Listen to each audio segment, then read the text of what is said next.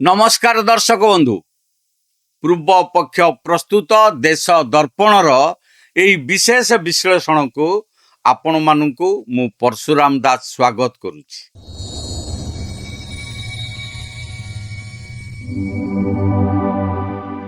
दर्शक बंधु आज आम आलोचना करवा दिल्लीर जंतर मंतर जहा सबू घटीगला तार प्रकृत सत्यता कौन। गत किछि दिन हेब देश में छात्र आंदोलन एवं परिवेशविद सोनम वांगचुक को नहीं जो घटनाक्रम चली केवल एक साधारण प्रतिवाद नुहे बरं यह पछरे रही एक बड़ धरणर राजनैतिक षड्यंत्र एवं विदेशी शक्ति मानकर इशारा।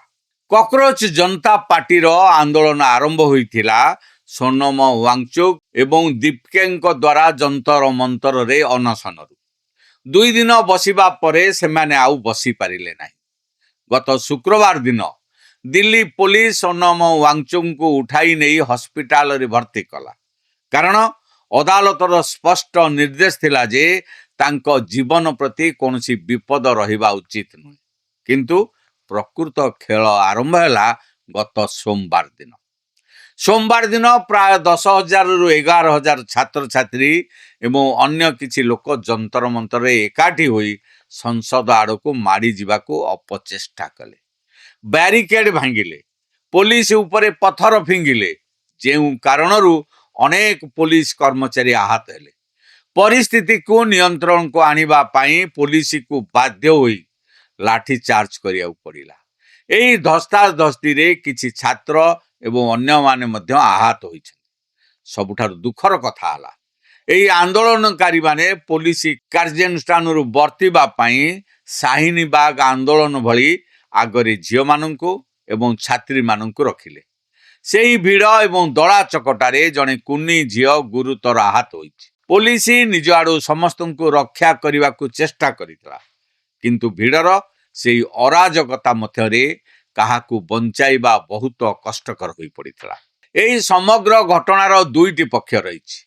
प्रथमटी है सरकार एवं पुलिस किछि परिमाण रे दुर्बलता बा असावधानता। पुलिस हुए तो आकलन करि पारि नथिला जे एमाने एते दूर बैरिकेड भांगे संसद पर्यंत चली जिवे। किंतु कथा हैला पुलिस को कड़ा निर्देश थिला जे कोनोसी परिस्थिति रे अधिक बल प्रयोग करा जिवो नाही, गुली चलिबो नाही, रबर बुलेट मध्य व्यवहार करा जिवो नाही। जेतेबेले एभली सीमित निर्देश थाए सेतेबेले एते बड़ जनसमुद्र को नियंत्रण करिबा पुलिस पई काठीकर पाठ हो जाए।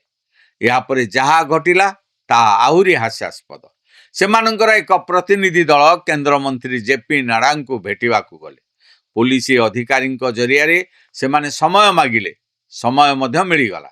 सकाळ 11टा किंबा 11:10 समय रे जेतेबेले सेमाने जेपी नड्डा को भेटिबा को पहुंचिले सेतेबेले जेपी नड्डा पचारिले आपणकर मेमोरेंडम बा दाबीपत्र केउंटी। सेमानंकर उत्तर थिला आमे आनी ना, आमे ताहा अपराह्न 4टारे देबु।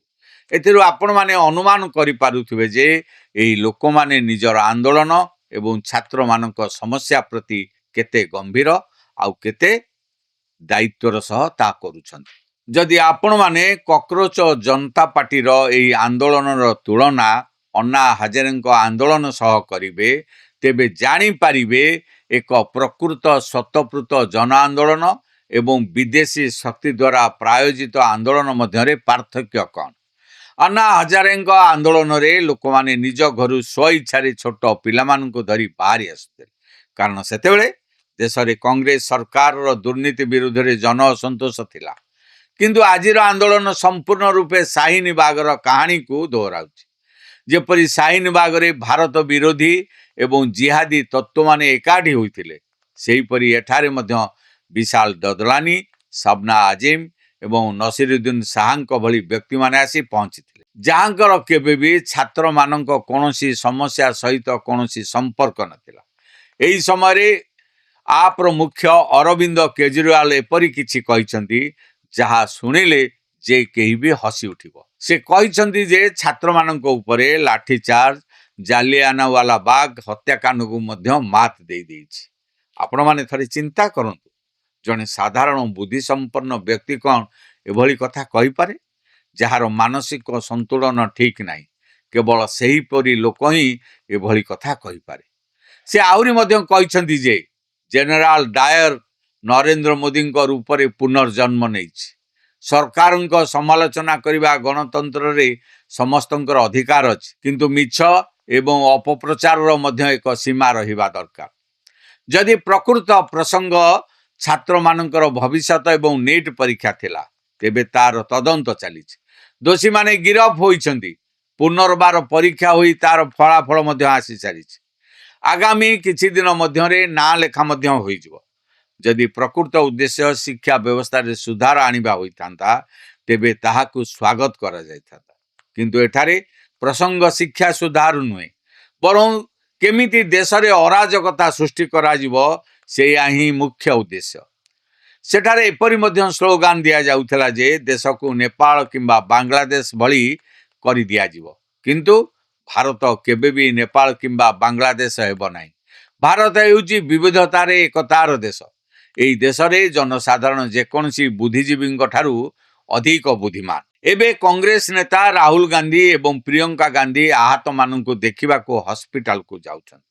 କିନ୍ତୁ ଯେତେବେଳେ ସୋନମ ୱାଙ୍ଗଚୁକ୍ ଦିନ ଦିନ ଧରି ଯନ୍ତର ମନ୍ତରରେ ଅନଶନରେ ବସିଥିଲେ, ସେତେବେଳେ ସେମାନେ କାହିଁକି ଦେଖା କରିବାକୁ ଗଲେ ନାହିଁ?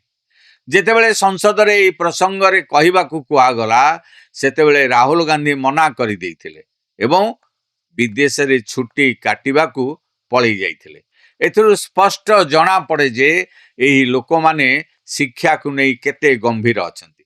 ଏହା କେବଳ ବିଦେଶୀ ଶକ୍ତିମାନଙ୍କର ଏକ ଷଡ଼ଯନ୍ତ୍ରର ମୋହରା ହେବା ବ୍ୟତୀତ ଆଉ ଅନ୍ୟ କିଛି ନୁହେଁ। ଦେଶର ବିରୋଧୀ ଦଳଗୁଡ଼ିକ ଆଜି ଏତେ ପରିମାଣରେ ହତାଶ ହୋଇଯାଇଛନ୍ତି ଯେ ସେମାନେ ନିଜର ଶକ୍ତି ବଳରେ କିଛି କରିପାରୁନାହାନ୍ତି। ଏଭଳି ଭିତ୍ତିହୀନ ଏବଂ ଆଧାରହୀନ ତତ୍ତ୍ୱମାନଙ୍କ ଉପରେ ନିର୍ଭର ମଧ୍ୟ କରୁଛନ୍ତି। ଦିଲ୍ଲୀ ଭଳି ସହରରେ ଯଦି କେହି ରାସ୍ତା କଡ଼ରେ ଠିଆ ହୋଇଯାଏ, ତେବେ ସେଠାରେ 1000 କିମ୍ବା 2000 ଲୋକ ଜମା ହୋଇଯିବା ସ୍ୱାଭାବିକ କଥା। କିନ୍ତୁ ଏହାର ଅର୍ଥ ଏହା ନୁହେଁ ଯେ ଏହା ଏକ ବଡ଼ ଜନ ଆନ୍ଦୋଳନ ଥିଲା। ଦେଶର ଜନସାଧାରଣ ସବୁ କିଛି ବୁଝୁଛନ୍ତି। ଏହି ପ୍ରକାରର କ୍ଷୁଦ୍ର ରାଜନୀତିକୁ କେବେ ବି ବରଦାସ୍ତ କରିବେ ନାହିଁ। ଆମର ଏହି ପ୍ରୟାସ ଜାରି ରହିବ। ଆମର ଏହି ବିଶ୍ଳେଷଣ ଯଦି ଆପଣମାନଙ୍କୁ ଭଲ ଲାଗିଥାଏ, ତେବେ ଚ୍ୟାନେଲକୁ ତୁରନ୍ତ ସବସ୍କ୍ରାଇବ୍ କରନ୍ତୁ, ଭିଡ଼ିଓଟିକୁ ଲାଇକ୍ କରନ୍ତୁ ଏବଂ ବନ୍ଧୁମାନଙ୍କ ସହିତ ଅଧିକରୁ ଅଧିକ ସେୟାର କରନ୍ତୁ। ଦର୍ଶକ ବନ୍ଧୁ, ଆପଣମାନଙ୍କ ମଧ୍ୟରୁ ଅନେକ ଆମର ଭିଡ଼ିଓ ଦେଖୁଛନ୍ତି ସତ, କିନ୍ତୁ ସବସ୍କ୍ରାଇବ୍ କରୁନାହାନ୍ତି। ତେଣୁ ଆପଣମାନଙ୍କୁ ଅନୁରୋଧ କରୁଛି, ଆମ ଚ୍ୟାନେଲ ଦେଶ ଦର୍ପଣ, ବିଶ୍ୱ ଚକ୍ରବ୍ୟୁହ, ମଇଦାନ ଏବଂ ପୂର୍ବ ପକ୍ଷକୁ ସବସ୍କ୍ରାଇବ୍ କରି ଆମ ପୁରା ଟିମ୍କୁ ଉତ୍ସାହିତ କରନ୍ତୁ। ଫେସବୁକ୍ରେ ମଧ୍ୟ ଆମ ସହ ଯୋଡ଼ି ହୁଅନ୍ତୁ। ଏଇଠି ଶେଷ କରୁଛି ଆଜିର ଏ ପ୍ରସଙ୍ଗ। ପୁଣି ଦେଖା ହେବ ଏକ ନୂଆ ପ୍ରସଙ୍ଗ ସହିତ। ସେ ପର୍ଯ୍ୟନ୍ତ ମୋତେ ବିଦାୟ ଦିଅନ୍ତୁ। ରହୁଛି, ନମସ୍କାର। ମନ କହୁଛି କିଛି ନୂଆ କରିବା ପାଇଁ, ହେଲେ ପାଖରେ ସମ୍ବଳ ନାହିଁ। ତେବେ ବ୍ୟସ୍ତ ହୁଅନ୍ତୁ ନାହିଁ, ମଧୁଲିକା ଏଣ୍ଟରପ୍ରାଇଜେସ୍ ଏବେ ବୁଝିବ ଆପଣଙ୍କ ମନ କଥା। କ୍ଷୁଦ୍ର ଶିଳ୍ପ ଠାରୁ ନେଇ ମଧ୍ୟମ ଶିଳ୍ପ ପାଇଁ ସୁଲଭ ମୂଲ୍ୟରେ ଯୋଗାଇ ଦେବ ସମସ୍ତ ପ୍ରକାର ମେସିନ୍ ଓ ର ମ୍ୟାଟେରିଆଲ, ଯାହାକୁ ନେଇ ଆପଣ ସହଜରେ ଆରମ୍ଭ କରିପାରିବେ ନୂଆ ଏକ ବ୍ୟବସାୟ। ଅଧିକ ଜାଣିବା ପାଇଁ ଆଜି ହିଁ କଲ୍ କରନ୍ତୁ